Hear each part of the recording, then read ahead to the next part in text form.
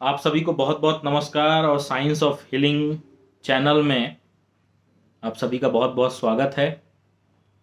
आज जिस विषय में मैं बात करना चाह रहा हूँ वो विषय है फीवर, बुखार। बुखार, सर्दी, खांसी, शरीर में दर्द, ये क्यों होता है? इसका क्या वजह है? ये क्या केवल ओमिक्रॉन है? क्या केवल कोविड है या कुछ और भी है? अमूमन जो हम खाते हैं, जहाँ हम रहते हैं, जिस तरह की हवा हम ले रहे हैं, कई बार शरीर में टॉक्सिन्स के बढ़ जाने के कारण भी शरीर अपना प्रतिकार, अपना प्रतिरोधक क्षमता जाहिर करती है, जिसके लक्षण बुखार के माध्यम से, सर्दी खांसी के माध्यम से भी दिखाई देते हैं। और उसमें हम धड़ाधड़ तरह तरह के पेन किलर्स, तरह तरह के एंटीपायरेटिक्स, बुखार कम करने की दवा, तरह तरह के एंटीबायोटिक्स हम इस्तेमाल करते हैं, जो हमारे शरीर पे बहुत ज़्यादा दुष्प्रभाव, बहुत ज़्यादा साइड इफ़ेक्ट्स प्रोड्यूस करती हैं। अब मैं यहाँ पे आपको अपने साथ प्रयोग की गई कोविड सेकेंड वेव से लेके और अभी तक में प्रयोग की गई जो चीज़ें हैं उनके विषय में बताऊंगा, और उसका जो रेफरेंस है वो रेफरेंस इस बुक से है। ये जो किताब है नेचर केयर, ये HK बकारू जी की किताब है।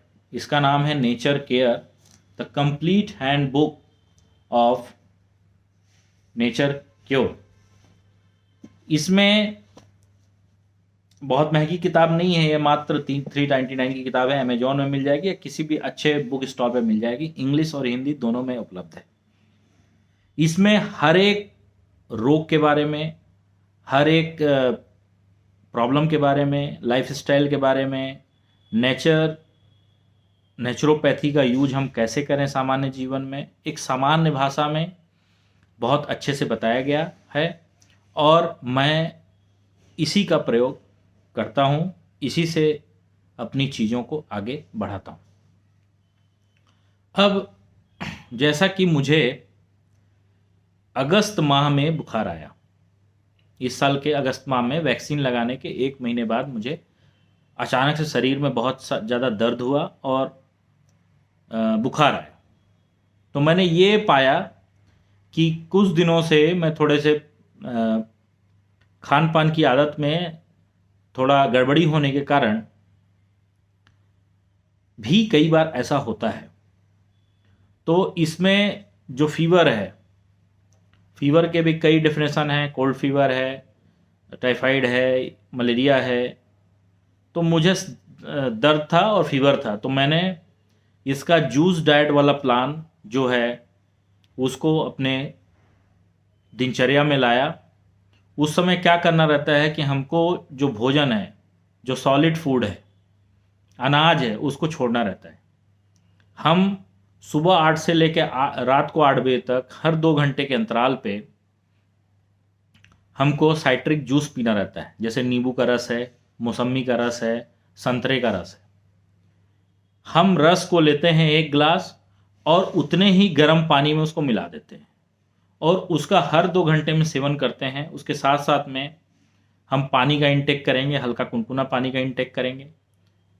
अगर गले में ज़्यादा दिक्कत हो रही है तो हम गरारा करेंगे सेंधा नमक से गर्म पानी में, और ज़रूरत पड़े तो हम अदरक वाली चाय पिएंगे जो गुड़ गुड़ डला हुआ, शक्कर का प्रयोग नहीं करना है उसमें। तो या मेथी का पानी पिएंगे, या मेथी को खौला के उसके पानी से गरारा करेंगे। अगर गले में समस्या है, ज़्यादा समस्या है, तो मेथी के पानी से गरारा करेंगे। तुलसी के पानी को पिएंगे, तुलसी को उबाल के पानी पिएंगे। तुलसी जो कि श्याम तुलसी होती है, उससे बुखार बहुत जल्दी उतरता है।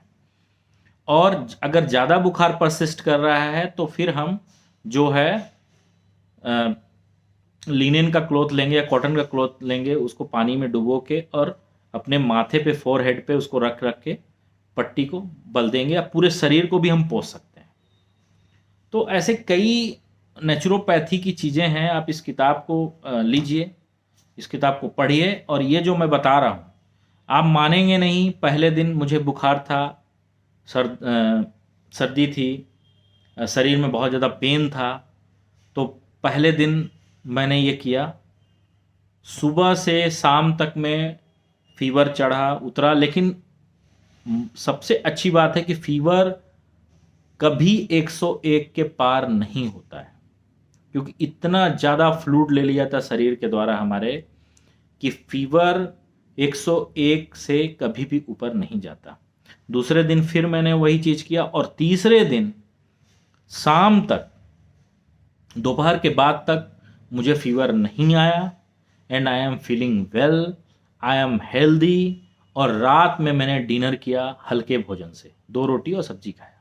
दूसरे दिन I am back to my work, और मेरी जो लाइफ है वो नॉर्मल हो गई। सुबह नाश्ता किया, दोपहर में खाना खाया, रात को डिनर किया।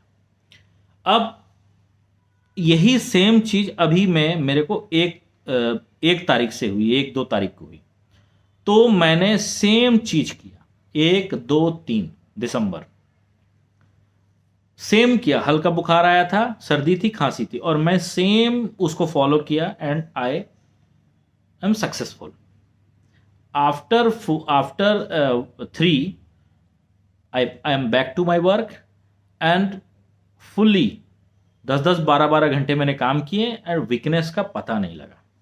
ठीक है, इवन कि मैंने साइकिलिंग भी की। तो देखिए क्या है कि हमको ये समझना पड़ेगा कि हमारे शरीर में कोई भी विकार हो रहा है तो उसका कारण क्या है। जब तक हम इस चीज़ को नहीं समझेंगे तब तक हम गलत चीज़ों की तरफ अग्रसित होते रहेंगे। तो अपने शरीर के नेचर को समझिए, अपनी लाइफ स्टाइल को समझिए, आप किन चीज़ों का खान पान कर रहे हैं, उसका क्या दुष्प्रभाव शरीर पर पड़ रहा है, इन चीज़ों को समझिए। क्योंकि आज के युग में अगर मैं बहुत ये बोलूं कि आप सात्विक खाएंगे तो थोड़ा मुश्किल है, क्योंकि आदमी कोई भी हो, चाहे मैं ही क्यों ना हो, कहीं ना कहीं चटपटा, कहीं ना कहीं रोड साइड फूड आदमी खा ही लेता है। इसलिए थोड़ा सा नेचुरोपैथी की तरफ मूव कीजिए।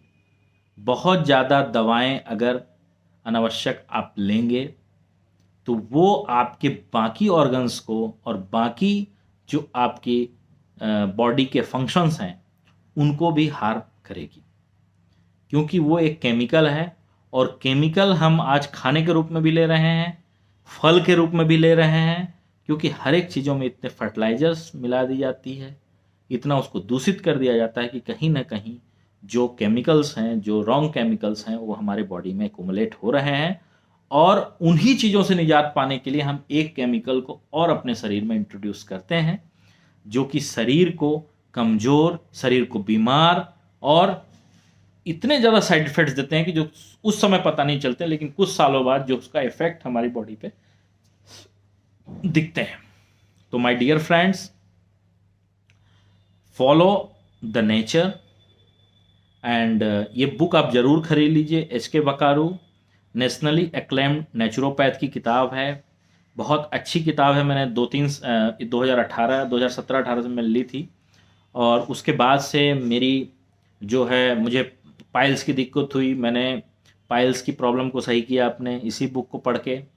मुझे ब्लड प्रेशर की दिक्कत डॉक्टर्स ने बोल दिया था, और मुझे 1-2 साल दवाई भी खिलाया, बट राइट नाउ मैं कोई दवाई नहीं खा रहा हूँ, एंड आई एम फिट, और मैं अपना ब्लड प्रेशर भी नापता हूँ तो 120-130 से ऊपर नहीं जाता है।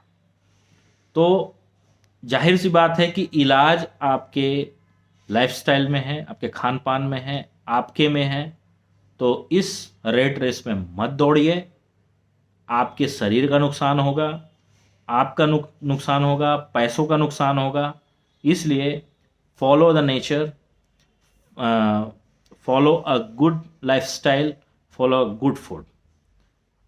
और हमेशा स्वस्थ रहिए और मस्त रहिए।